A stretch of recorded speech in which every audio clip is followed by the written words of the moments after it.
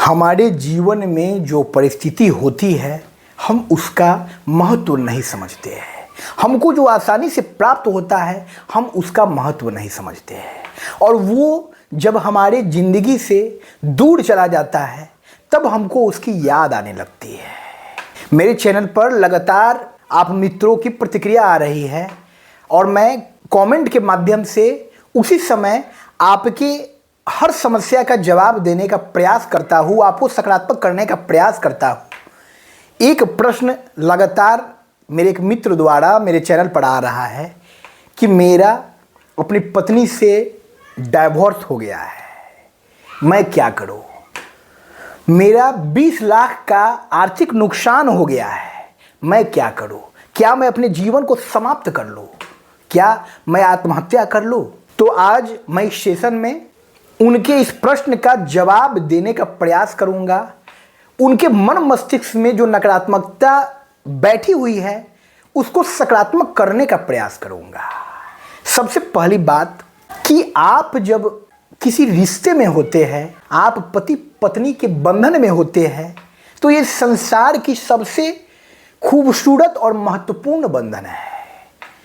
कहते हैं कि जोड़ियां हम इंसानों के द्वारा नहीं बनाई जाती है, वो परमात्मा परमेश्वर जो है हमारी जोड़ियां बनाता है। हमारे सनातन संस्कृति की ये पहचान है कि पति पत्नी के बंधन में जब एक दिल के रिश्ते में हम जुड़ते हैं, एक ऐसे व्यक्ति से जुड़ते हैं जिसको हम अपने जीवन में पहले से जान नहीं रहे थे। आज का वक्त थोड़ा बदल गया है, पहले का वक्त दूसरी तरह का था। हम शादी से पहले एक दूसरे को जानते परखते नहीं थे।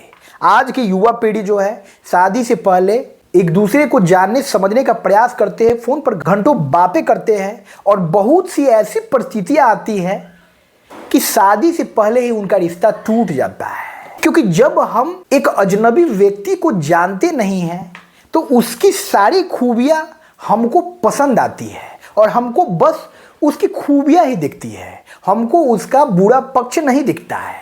लेकिन जब वो हमारे जीवन में आ जाता है, जब वो हमारे साथ हर वक्त 24 घंटे हमारे इस घर में हमारे साथ रहने लगता है, तो हमें उसकी खूबियों के साथ उसकी खामियां भी दिखने लगती है, और फिर हमारे मन में नकारात्मक भावनाएं आने लगती है। हमको उस व्यक्ति से प्रेम के साथ घृणा भी होने लगता है, और एक वक्त ऐसा आता है जब उस व्यक्ति के व्यवहार से, उस व्यक्ति की बातों से, उस व्यक्ति के क्रियाकलाप से हमको घृणा हो जाता है और हम उस व्यक्ति से दूर रहना चाहते हैं।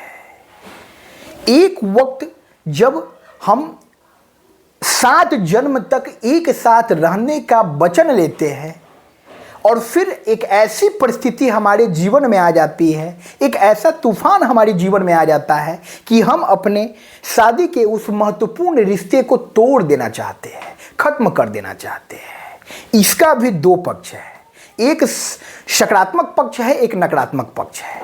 सकारात्मक पक्ष ये है कि उस व्यक्ति के साथ हम जीवन भर निर्वाह नहीं कर सकते हैं जिस व्यक्ति से हमारा मन ना मिले। यदि हमारा व्यक्तित्व वो वैसा नहीं है कि हम उस व्यक्ति की खामियों को भुलाकर उस व्यक्ति की खूबियों की ओर ध्यान आकृष्ट करें, उस व्यक्तियों की खूबियों को देखें। खूबियाँ और खामियाँ हर व्यक्ति में है, हर इंसान में है। बिना खूबी खामी के किसी भी इंसान का जन्म नहीं हुआ है। तो जब हम ये बात अपने मन में धर कर लेंगे कि उस व्यक्ति में खामी है तो उस व्यक्ति में कुछ खूबियां भी है, और हमको उसकी खूबियों के साथ जीवन निर्वाह करना है, उस खूबियों के साथ अपने इस महत्वपूर्ण रिश्ते को आगे बढ़ाना है।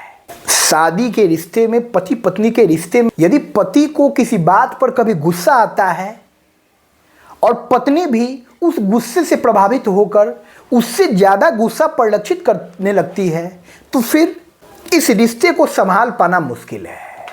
जब सामने वाला गुस्सा कर रहा है, जब सामने वाला क्रोध कर रहा है, तो हमको शांत हो जाना है। जब हम शांत हो जाएंगे, जब हम उसकी गलतियों के लिए उसको क्षमा करने लगेंगे, तो हमारा रिश्ता आगे बढ़ सकेगा। हम खुशहाली पूर्वक, प्रेम पूर्वक इस रिश्ते का निर्वाह कर सकते हैं। ताली एक हाथ से नहीं बजती है, ताली दोनों हाथों से बजती है। तो खूबी खामी दोनों पक्षों में होती है। हमको उसकी खामियां दिख रही है तो उसको भी हमारी खामियां दिखती होगी, लेकिन वो उन खामियों को नज़रअंदाज कर रहा है या उस खामियों को नज़रअंदाज कर रही है। तो यदि हम वैवाहिक बंधन में बंधे हुए हैं, इस अनमोल रिश्ते में बंधे हुए हैं, तो हमको एक दूसरे की खामियों को नज़रअंदाज करने की आदत डाल लेनी चाहिए। इससे हमारा रिश्ता लंबा होगा, हमारे बाल बच्चों की मानसिकता भी हमारे व्यवहार से दुष्प्रभावित नहीं होगी। पति पत्नी हर वक्त झगड़ा करते रहेंगे तो बाल बच्चों पर क्या असर होगा? उनका सर्वांगीण विकास नहीं हो पाएगा। बचपन में ही उनके मन में विभिन्न तरह की नकारात्मक भावनाएं धर कर जाएगी, जो आगे चलकर उनके जीवन में अवरोध खड़े करने लगेगी। तो हमको अपने साथ ही अपने नौनिहालों के लिए, अपने बच्चों के लिए भी सोचना है और एक दूसरे की खामियों को नज़रअंदाज कर एक दूसरे की खूबियों पर ध्यान देते हुए प्रेमपूर्ण तरीके से अपने रिश्ते को आगे बढ़ाना है। ये हुआ सकारात्मक पक्ष। अब दूसरा पक्ष है नकारात्मक पक्ष।